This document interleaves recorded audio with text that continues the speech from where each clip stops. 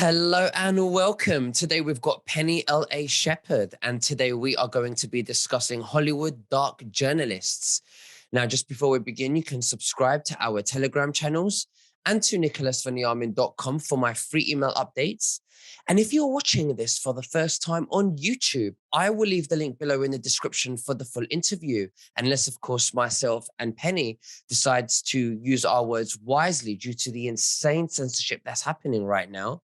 Penny, thank you for joining me. How are you and what have you been up to? Very good. I'm doing different shows, and I create PowerPoints. I actually go by my actual name when I was in covert operations under MK Ultra's Agent X11. So I go by Agent X11, Hollywood dark journalist. And Hollywood is a term which we use. We're describing Hollywood with the satanic faction of it. So that's basically what I report on. I report on and I go very in depth. So after this show, I will be going a little bit more in depth, and maybe next time, because we had to work out some technical difficulties, we'll have a little bit more time to revisit some of these things.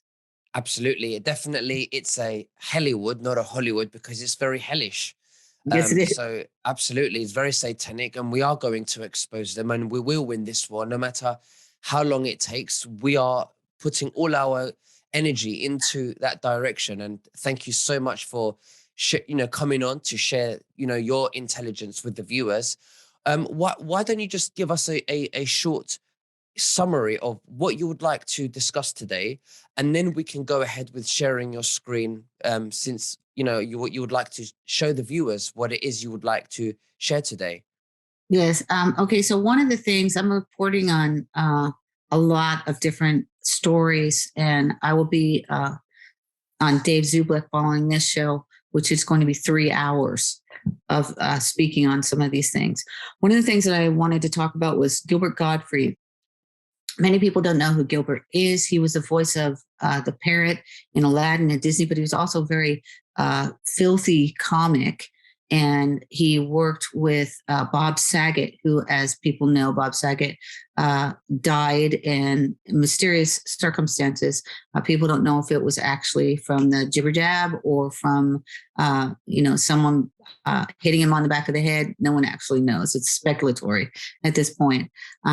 And his family has basically closed the inquest results. And they just want to just let it go.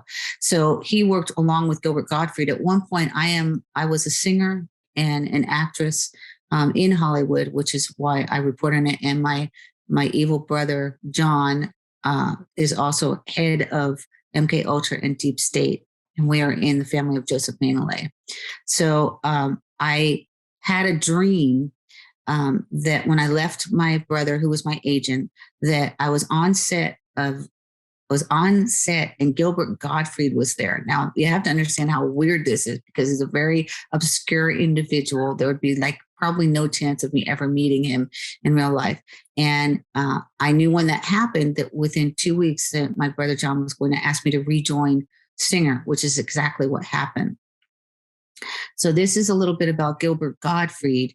And I have some videos that I'm going to discuss. One of them is remembering Gilbert Gottfried and who he actually was. But I have another video. I'm going to play just a little bit of that, and then I'm going to skip to another video about him roasting Bob Saget and talking about Bob Saget raping a little girl, and it was a fire ghost.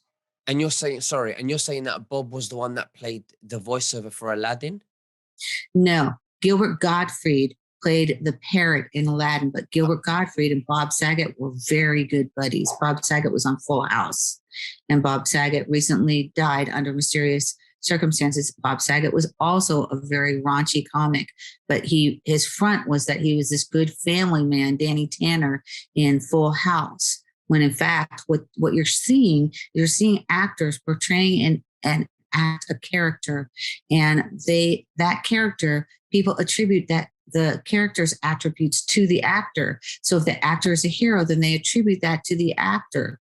If the character is a hero, they think the actor is a hero, when in fact they're not. They're putting a face on for you that is showing that they're philanthropic individuals, when in fact they're very nefarious individuals, and they're doing nefarious acts behind the scenes.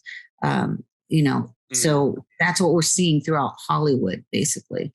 Yeah, absolutely. I mean, when I see as a child, when I used to watch a film and I really liked the film, I would automatically love the actor.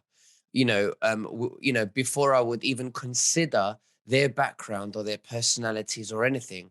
So, is that the type of conditioning that you're referring to?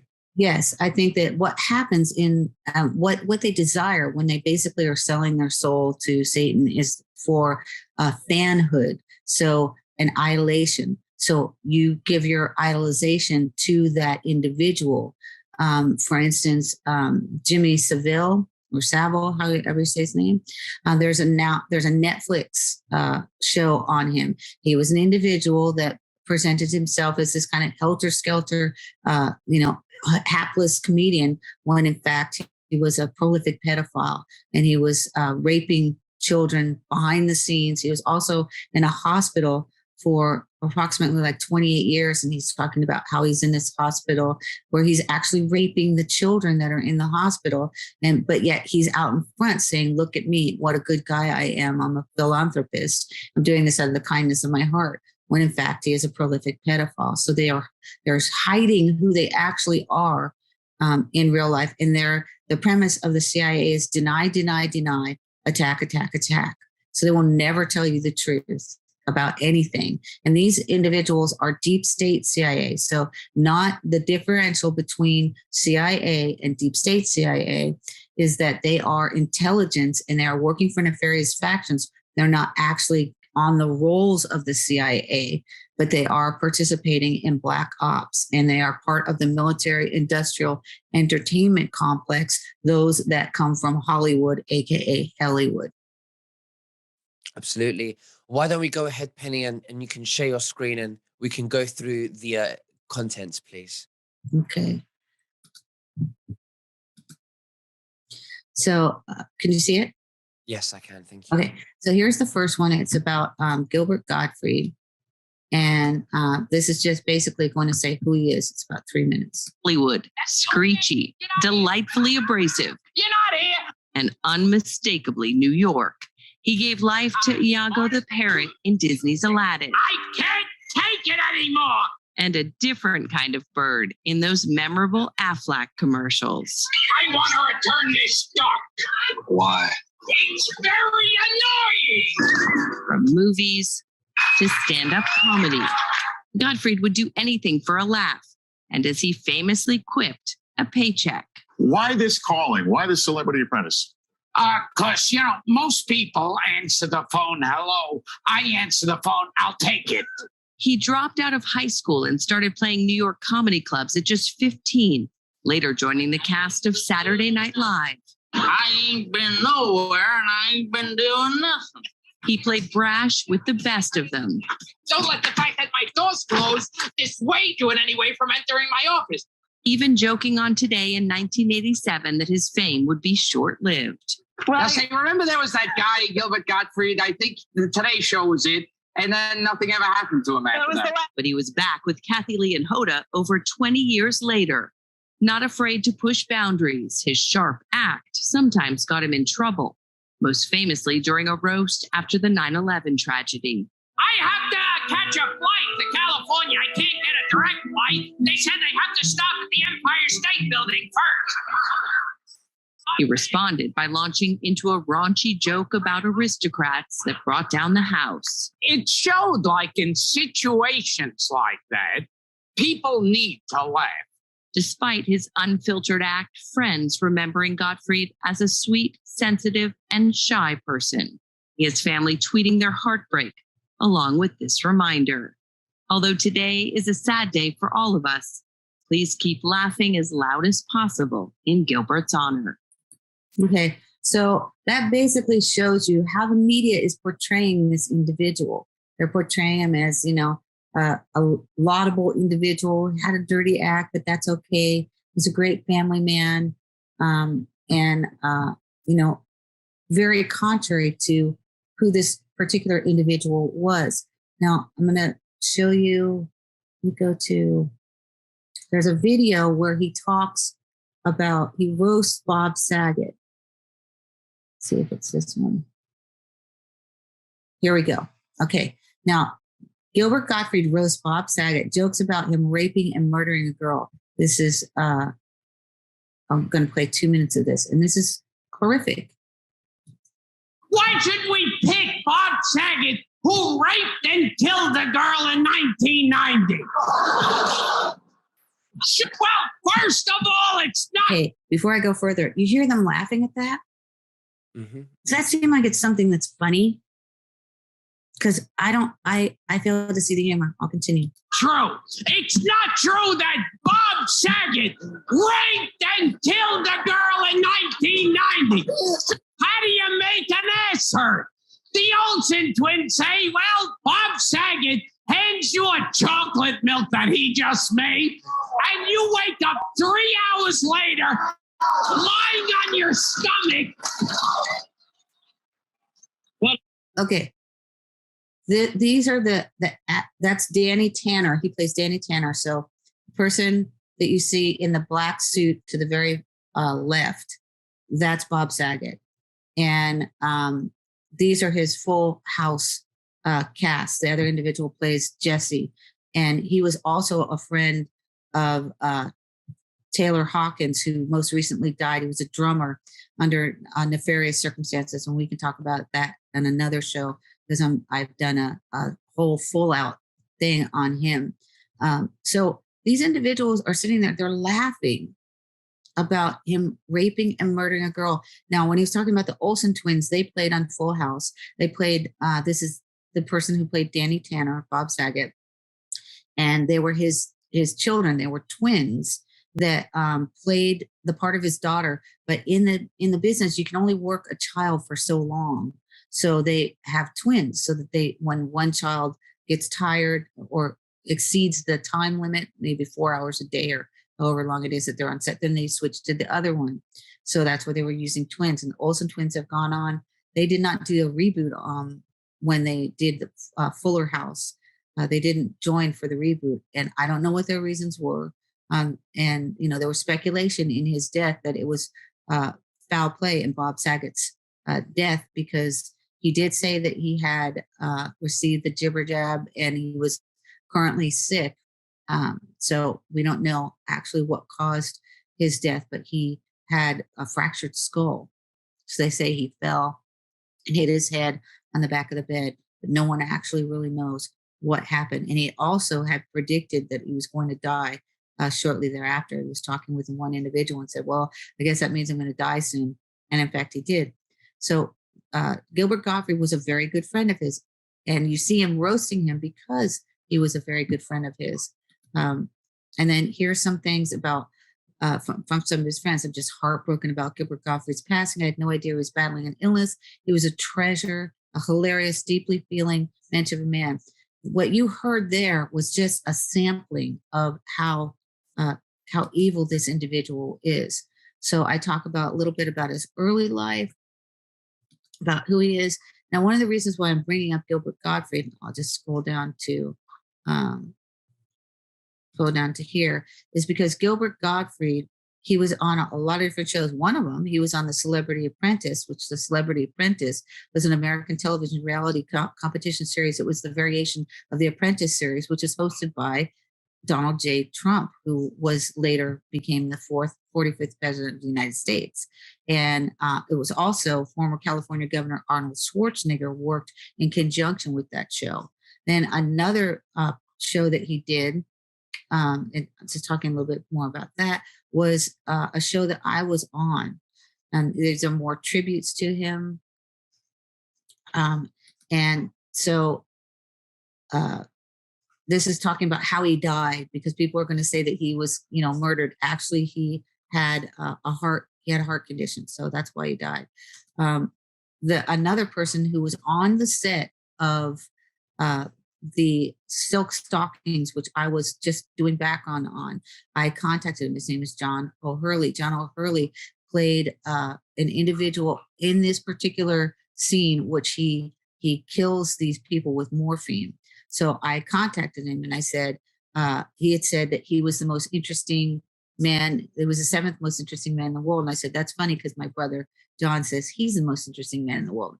And then he said, well, I guess I'll just have to be, make good with being the seventh.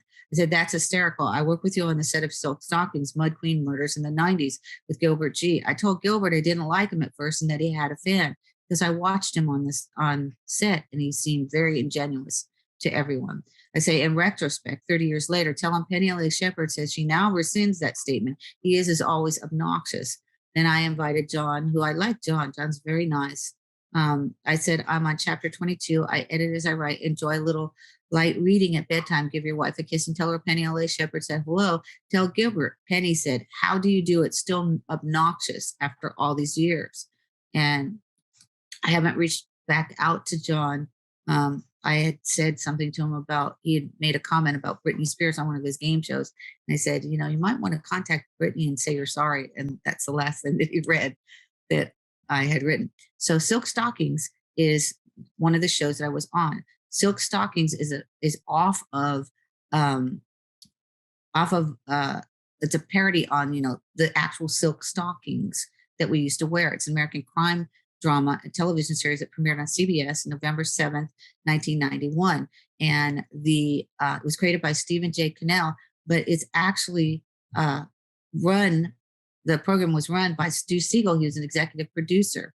So Stu Siegel Productions, as it turns out, Stu Siegel is a Boston area movie director and producer who's a founder of Stu Siegel Productions, a San Diego, California-based television production studio. Stu began his career in 1970 directing sexploitation movies and hardcore pornography, including the famous Insatiable, starring Marilyn Chambers. Eventually, he got work in television. In 1984, Stephen J. Cannell tapped him to produce a TV series, Hunter. He opened his San Diego studio to film this TV show, Silk Stockings, in 1991. In 1991, I was working with Don, my brother.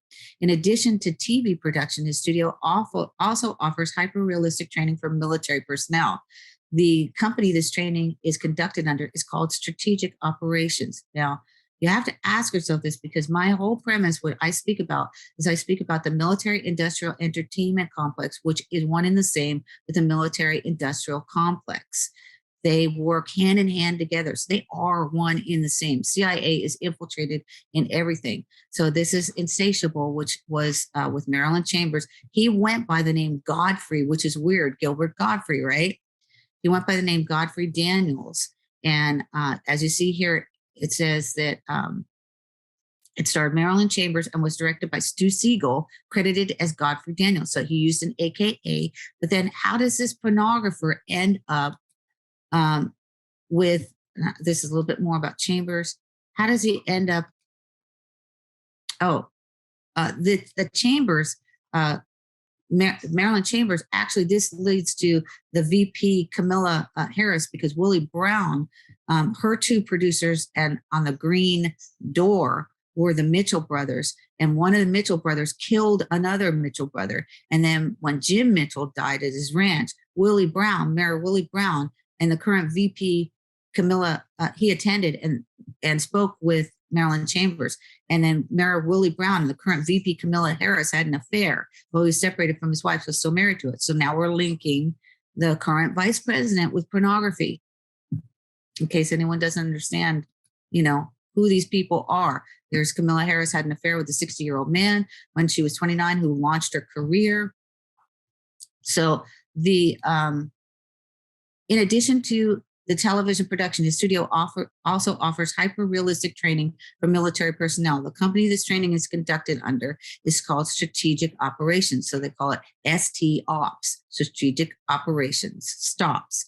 STOPS is a military, law enforcement, and medical training company in San Diego, which consists of a converted movie studio that's been dedicated to so-called hyper-realistic training. The president of Strategic Operations is Stu Siegel. STOPS is part of Stu Siegel Productions, an independent television movie studio. And so you can see where it's located there. So how is this even possible that this individual who was a pornographer has has a movie studio, and now he's training military and law enforcement. STOP's military services include a tactical training laboratory built to realistically depict a wide array of physical locations for tactical military training. These incorporate realistic movie stage type effects and professional trained role players. So we're talking about live action role play to depict typical human interactions found in combat.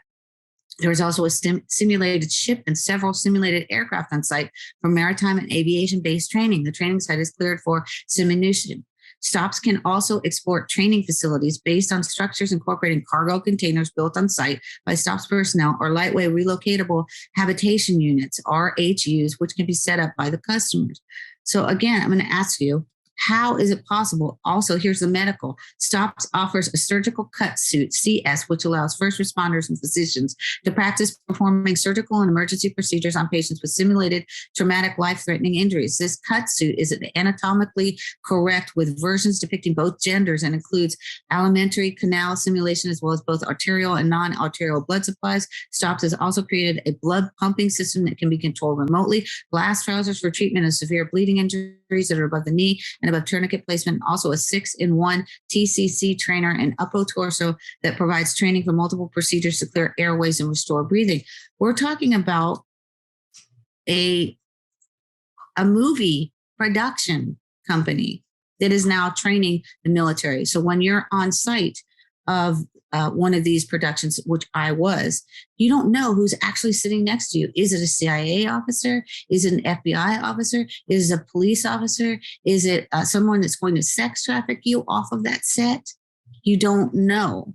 So this is, these are some of the things that when you start researching one thing, it's going to lead you to another. It's going to lead you to another. It's going to lead you to another. So this particular show that I was on, I'll just read you a little bit.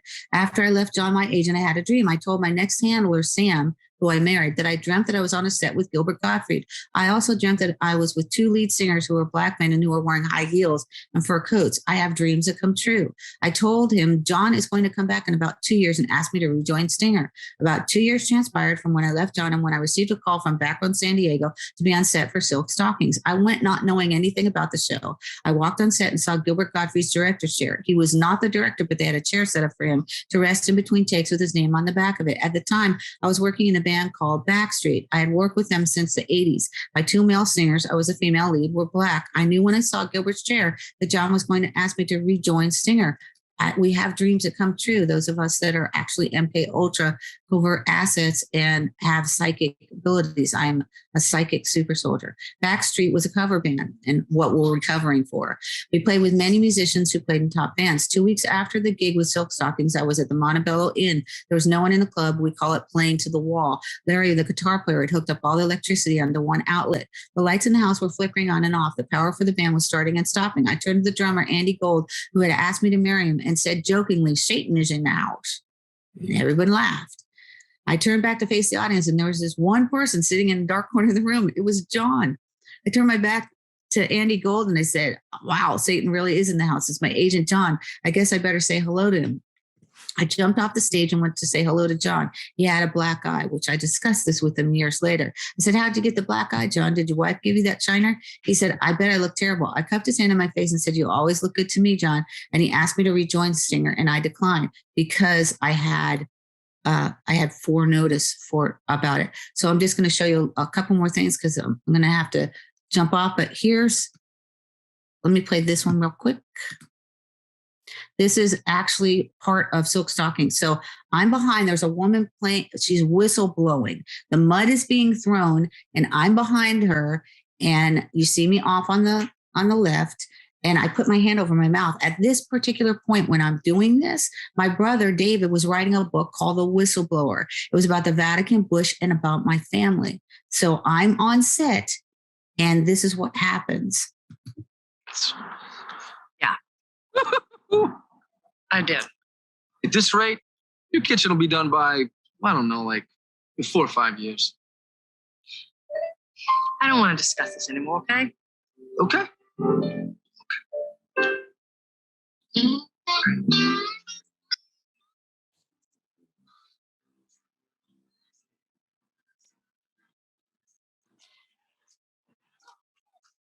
Okay, She's blowing the whistle. Now you see the two girls, they're mud wrestlers. And the one girl's getting her head pounded in the mud. They know that I'm MK Ultra. They know who I am. I'm on this set, which we've now established on this set. It's who is in live action role play. And now I'm questioning, who was I sitting with? Who was I talking to? Were they covert agents? Who were they? I don't know.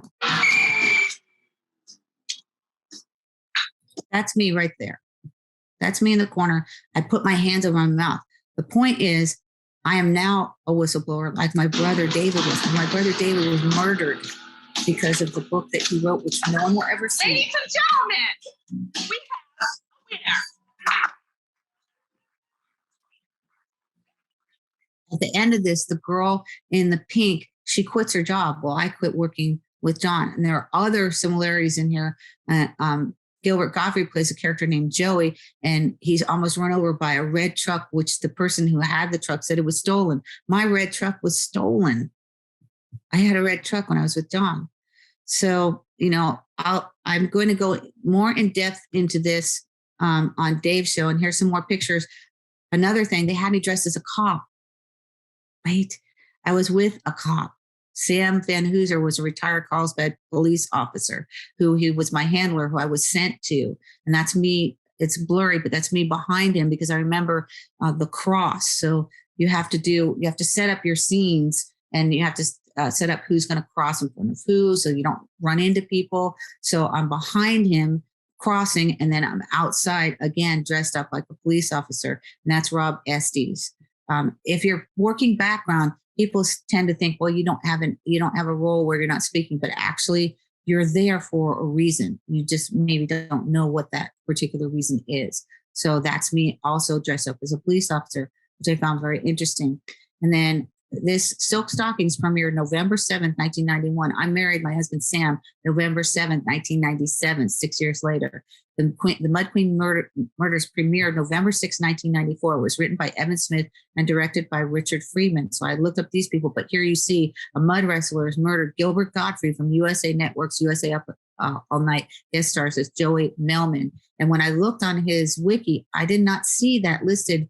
That came from the Silk Stockings. I didn't see it listed. So here's a little bit of, what this is all about, and just the parallels that were in my life. So I say, regarding this scene at Silk Stockings episode, Mud Queen Murders, I'm sitting in the audience watching the mud get slung. I even got some mud on my gold dress. We shot my gold dress. We shot the scenes twice with clothing change. Once from the front facing me, and then once from behind. I was also dressed as a police officer. I was with Sam at the time. Sam became my second husband. He was a retired Carlsbad police sergeant. He was also a morphine addict. So these individuals on the set in the story, they were killed with morphine. So are you following anything that I'm saying? Do you understand the implications of how they're actually putting you on these sets?